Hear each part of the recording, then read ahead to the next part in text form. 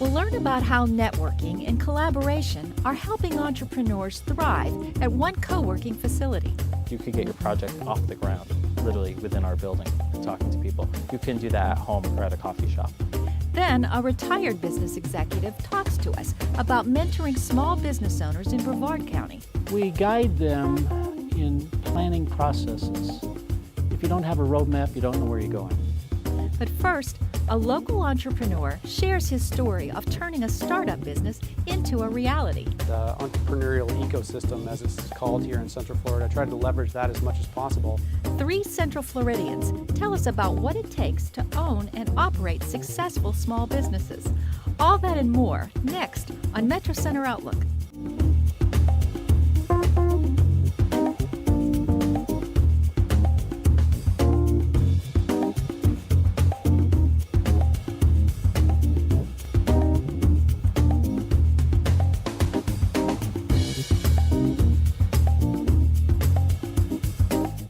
Hello, I'm Diane Trees. As the national economy recovers, so does the outlook for small businesses. Today, we'll take a look at how creativity and mentorship are fostering innovation.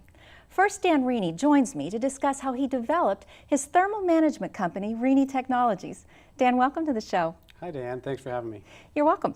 How did you start? What prompted you to start your own business? I started thinking about it when I was a graduate student at UCF. I was doing my bachelor's and PhD in mechanical engineering in the field of thermal management and thermal sciences, that type of thing. But I guess even at that point, I had this entrepreneurial tendency dating back to when I was a little guy.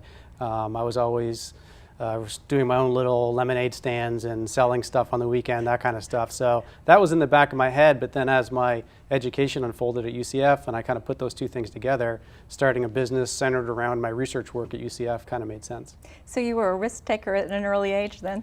Well, yeah, I don't know about risk taker, but I always found a way to monetize things around the house. So, what challenges did you find when you started the business? Some of the biggest challenges was really trying to think like a business owner as opposed to an engineer, because I was by education and training an engineer. But now as the new CEO of my 2-person business, I had to think about a lot more things that I hadn't been formally educated on. So there was a lot of new things to learn at the very beginning. Was it an advantage for you or a disadvantage? You came in as a startup in an already established tech sector. I don't know if it was an advantage or disadvantage. The things we were focusing on in my particular business were fairly unusual. So the broader sector that we were in was well established, as you indicated, but the stuff we were doing is pretty unusual. So it was a very narrow market segment that we were communicating with and marketing to.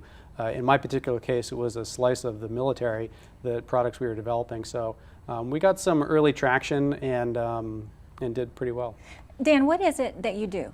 So the company mainly focuses on developing cooling products. So these aren't like air conditioning systems for your house. They're sort of unusual things. So one of the products that we've developed for the U.S. military is a small cooling device. It's about the size of a water bottle, runs on batteries, and keeps a soldier's body cool when they're wearing protective gear in hot weather. So you always see on the news soldiers wearing body armor and protective suits, and it's 120 degrees outside. Well, that causes a lot of heat stress, and it's challenging to be on their mission for that long. So this little cooling device helps their endurance and helps them. And we also make little cooling systems for kind of unique lasers and other electronic systems, often military-related stuff. What sets Reaney Technologies apart from other small businesses, aside from your product? Yeah, well, I think in a lot of ways we're very similar. We have a lot of the same growing pains. I have a tremendous staff. We've been very lucky in our hiring, so we have great folks that are super smart and very dedicated to their job. So I'm lucky in the sense that I don't have to deal with a lot of the small business growing pains from that regard. So I don't know if we're particularly unique, but my team has done some pretty amazing things over the past few years. You mentioned, your background is research. How did you bridge that gap then when you had to look at corporate functions like human resources, marketing? How did that happen? Well, to a certain extent, it was sort of by brute force. I found myself in a situation needing to learn these new subjects, as you mentioned, finance and accounting and corporate governance and all sorts of legal matters. So you kind of just have to dig your heels in and figure it out. I try to leverage as much as possible. Central Florida is blessed with a great group of organizations that are trying to help foster the success of small businesses. So the entrepreneurial ecosystem, as it's called here in Central Florida, I try to leverage that as much as possible. And that really helped to accelerate the learning and minimize pitfalls. So we can get it right the first time instead of having some bad things happen before you learn the hard way. So that was a huge advantage. You said that you always sort of had in the back of your mind that you might want to start your own company. Had you taken any business classes, or was it an independent streak? That's an interesting fact that you had that already. Well, both my parents growing up owned small businesses. So whenever I went to work for my mom after school sort of thing, it was to her business. So I got, and the same with my father. When I was there, it was his business. He was running the show. So the growing up environment was always from that perspective. And even home in the evening, you sit around the dinner table and mom and dad are talking about issues with their business. So as a child, my perspective was always business management, business creation, growing markets, that kind of stuff. So I think that was just seeds that were back there from the start. Now that you're more experienced into your company, if you had a chance to go back, would you make any changes or start anything differently? That's hard to say in retrospect. Things went pretty well. There's a lot of little things I would have done differently. But like I say, I really made an effort to work with the support systems in the community, and they really helped me make wise decisions at the time. There's tons of little things, but honestly, there was no major down in the dumps huge mistake we made that we had to recover from. So we tried to just make small decisions each day. Don't take too big a risk, don't stick your neck out too much, so to speak. And things step by step worked pretty well. What advice would you have now for budding entrepreneurs? I think the best advice for entrepreneurs, whether it's in today's economy or any, is about being persistent and diligent, because as you pointed out a few minutes ago, there's a lot you have to learn starting your business. Every business owner, every entrepreneur comes from a certain perspective in life, a certain skill set, but being a business owner, you really need a very diverse skill set. So there's a lot of learning to do, and it's lots of hard work. So persistence and diligence is pretty important. And I think if you look and you talk to folks that have been successful starting companies, a lot of them will say the same thing, that you just got to keep working through it and don't give up, and you'll find a way to the end. What's next for you? Well, we're going to continue to grow the products that we've developed for the military. A lot of them really, if you look at a typical classical product lifestyle, some of them are still very much at the beginning.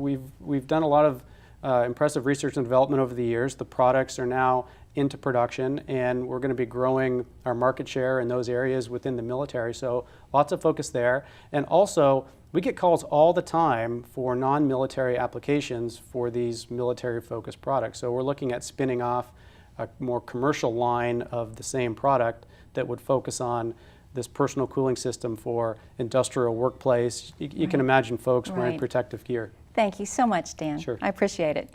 When we come back, we'll learn about a shared office space that supports entrepreneurs.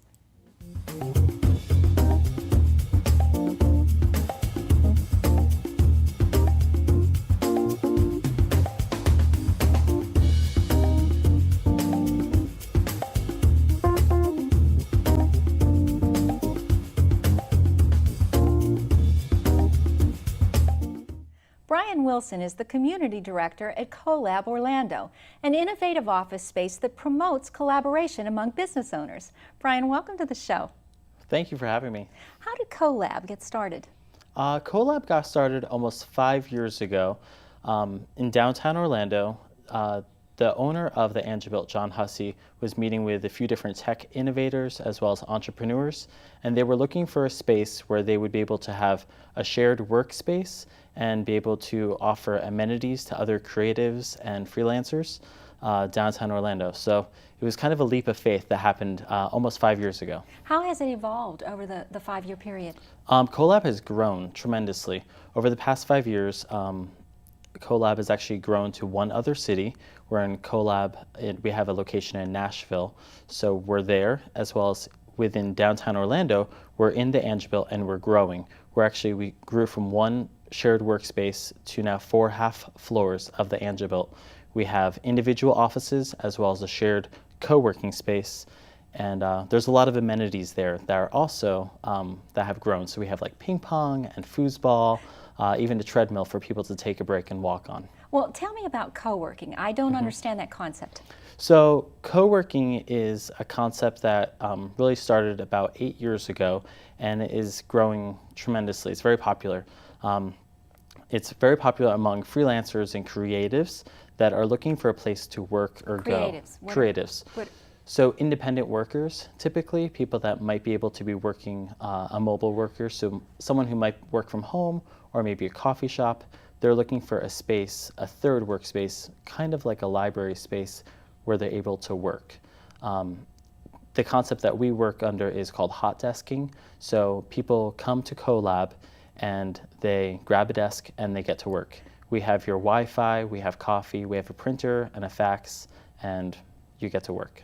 And so your ping pong is a way to relax from your actual work at the desk that you have come in to use. Right, typically, like there's no rules. I mean, well, there's some rules, but in general, we have ping pong and a few other fun things for people to enjoy as far as amenities that you might find in like a really cool office environment. So we offer those things to our members. So what are the advantages of this co-working atmosphere over the traditional corporate style structure? Sure. Well, again, for those individual business owners or creatives, they're looking for a place to work that is motivating, that's different from their home office or a coffee shop, and they have the amenities there. So we have the things that you might want, as well as the people that you would want to be working with or around. So you'd be able to go across the room and talk to maybe a designer or a developer or another person that might have a similar idea, or a writer. We have a few writers at CoLab, as well as you could get your project off the ground, literally within our building, and talking to people. You couldn't do that at home or at a coffee shop. I still can't quite picture this with the desk. How do you know who's doing what? Or are there little signs up saying that I'm a writer? Sure. I don't understand. Yeah, so at CoLab, we do sometimes put little signs up. We encourage people to just work in our co-working space. Sometimes people do take breaks. We actually have a designated area just for meetings. So if people do need to have private conversations, people are welcome to speak on the phone or talk to each other in our co-working environment. But we do have some signs. We encourage people to mix and mingle, kind of like if you were at a bar, you'd maybe, go across the room and talk to people. I understand that there's a community aspect, a community spirit that you also cultivate. How does that factor in? So it's very important that you have other people that you can trust and work around, and that community aspect of sharing an idea or asking a question. Again, you couldn't do that in a coffee shop. You can't ask a stranger for help with Google+, or you can't ask someone who they use for hosting their website. Whereas at CoLab, you have those resources, or you might have someone that might be able to teach you, or maybe someone you'd be able to hire or work with. So within the community, people are able to strengthen their business as well as strengthen their skills. Also, again, the community aspect is that you have other people around you, and you're all working individually, but you're all working together. So there's a social aspect as well as the business. Absolutely. So yeah, networking wise, there's a lot of great opportunities there, as well as that common bond of meeting people that might have like-minded creative things to share, or just similar interests that you would not find other places. What are some success stories that you've seen? I've been at CoLab since January. I started as a community director, and since I've been there, there's been a lot of success stories. But the two that I like to point out are that we actually have a couple companies that have outgrown the CoLab space, and they've actually, most recently we have a startup that actually got funding, and they have an entire wing of the building on their own now. So that's That's what we want. We want businesses to grow and outgrow CoLab. And they've stayed in the building, though. Right. So they're like alumni kind of for us. So it's like almost a family atmosphere in a sense of what you're building then. Absolutely. Yeah. And that's where the community aspect comes in as well. Yes. So what are the benefits then with an entrepreneur that comes to you? What do they gain by joining CoLab? What would you say? There's a lot of, again, the amenities that people are going to get there, as well as the community that they're going to be enjoying, those special perks that we do offer. We're pretty active. Usually once or twice a month I have member events, as well as I have outside events that happen within the co-working space. And a lot of members are motivated by that, so they're active and you don't have to leave your office to maybe do networking, as well as other benefits are the amenities. And Sounds like the atmosphere is just a pleasant and positive experience. right, it's a good place to come to work. We want people to be creative and get their work done, as well as network with others. How does somebody join CoLab? How does a company come in? Or a business or an entrepreneur? Sure. Typically, people either are going to join our co-working space or they want a private office within our community. And I usually give people a tour, or they usually already know about us and they know a current member. But typically, people email me or tweet me or Facebook me, and we love having visitors and people just checking us out and seeing if it's a good fit for them. Well, thank you so much, Brian. This is very fascinating. Thank Yeah, you. it's been a pleasure. Thank you. After the break, we'll talk with a retired business executive who is using his skills and experience to help entrepreneurs on the Space Coast.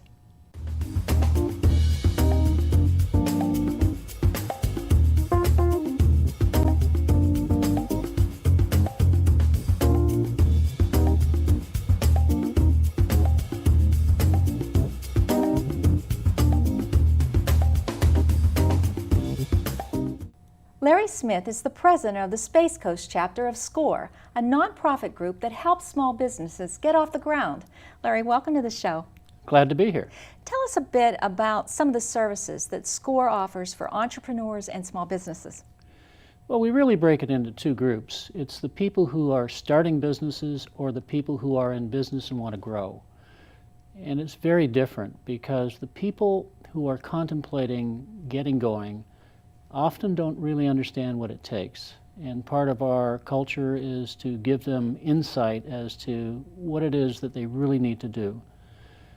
Then the people who are in business and looking for expansion, that's a very different analytical approach. We go in and look at a business plan and a strategy. We will talk to what might be helpful in adjacent markets. We talk to market research.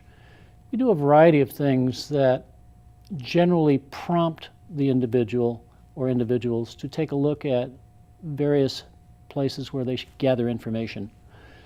It's all financial. I mean, the bottom line is you have to make money. And cash flow is critical for people starting up.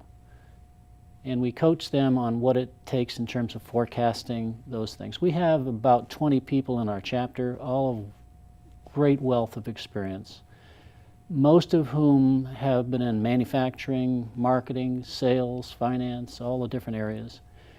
And what we do is when we get people in, we focus on what they want, not what we want. And if we don't have the expertise in the chapter, we go into the district, which is between Miami and Melbourne. And if they don't have it in the district in terms of that expertise, we go national. Now there's 11,000 volunteers nationally, and I can guarantee you that there is someone who's an expert. I've had people come in with unique requests. Well, what's the value of mentoring then to someone who's in that startup kind of phase? We guide them in planning processes. If you don't have a roadmap, you don't know where you're going. As a consequence, they may not understand what marketing is. It's not selling. They may not understand what manufacturing issues are, and we can guide them in that. We have a variety of reference sources that we can point them out, and they in turn can get information. Trade associations, for example, focus on various industries. Most people don't know what a trade association is when they're getting started. I had a lady come in from, she wanted to make bridal gowns, and we pointed her out to an expert in bridal gowns in New York City. and she wound up getting the bridal gowns made in the U.S. instead of being made in Europe. Wonderful. As you said, when they come in with requests, I was wondering if some of those requests, the mentoring helps focus them or perhaps discourage some of the requests that might not be the practical approach to take. Well, we sometimes talk honestly with people because we aren't paid consultants who don't need the continuity. We want to be open and honest. I've had people come in who wanted to make investments in things that just would not work. And we coached them into alternatives, or we decided as a collective get-together that they should probably do something different. We have a lot of success stories. In Brevard, for example, we created $2 million worth of incremental revenue in 2012 with 40 new startup companies. What types of startups are you seeing there in Brevard? It varies from home health care to chiropractic services, to lawn services, to a person who actually designed a pill delivery system. He was a PhD in chemistry. To people who do surfboard repairs, to tourist industry bases. It's all over the map, probably a buffet of 100+ different types of businesses. What do you see as some of the challenges facing new businesses for today? The first problem is money, getting startup capital. It's a very challenging thing. The institutional lenders don't know what they don't know about the new startups because they have no track record. As a consequence, they generally aren't willing to lend. However, there are some unique programs for vets offered by the SBA in terms of guaranteeing so that returning veterans can come back and start businesses. But I'd say that the fundamental problem is where's the money coming from? You had a vast amount of experience yourself. What inspires you to give back? Well, I wanted not to leave the information in the drawer. And when I retired, I decided that I could share it with people and it might help them. And I keep very current. As a matter of fact, I've taken 5 courses so far this year because many of the clients we have are young. 5 courses in what? Economics, strategic planning, et cetera, et cetera. So to keep your skills honed as well? Absolutely, because you can't coach someone if you're not current. Social networking is a big thing these days. That was not around when I was in business. And so Facebook and Twitter as methods of getting market access are very important today, whereas 10 years ago, it didn't exist. What would be your piece of advice, that lesson learned, that you would ask someone who's coming in that wants to succeed and start a new venture? What would you tell them? First of all, you have to have a great sense of humor. And the reason is that you're going to have so many challenges, you've got to deal with it. The second thing is knowledge, being aware of your industry, what it is that your peers and competitors are doing, and also looking forward to what's happening in the industry. There's so much legislative stuff occurring now that will impact businesses. In the healthcare field, if you think about affordable health care, that has so many changes forthcoming for many, many people. Huge ramifications for all businesses. Correct. And the consequences of having a small business and the number of employees that would qualify for that. How do you manage a variety of people when you have not been a manager in your life? And motivating people. I'm running a volunteer organization, and trust me, I don't have the muscle of pay. As a consequence, you have to lead people in a very different way. When you're starting as an entrepreneur and you've never managed people before, it's a very different process because they aren't your friends. There are people who are in your business and they're responsible for your success. And you're responsible for their success. Thank you so much for your time today. You're welcome. That's all for our show today. Visit wucftv.org/metro for interactive features, special content, and more. Thanks for tuning in. Until next time, I'm Diane Trees.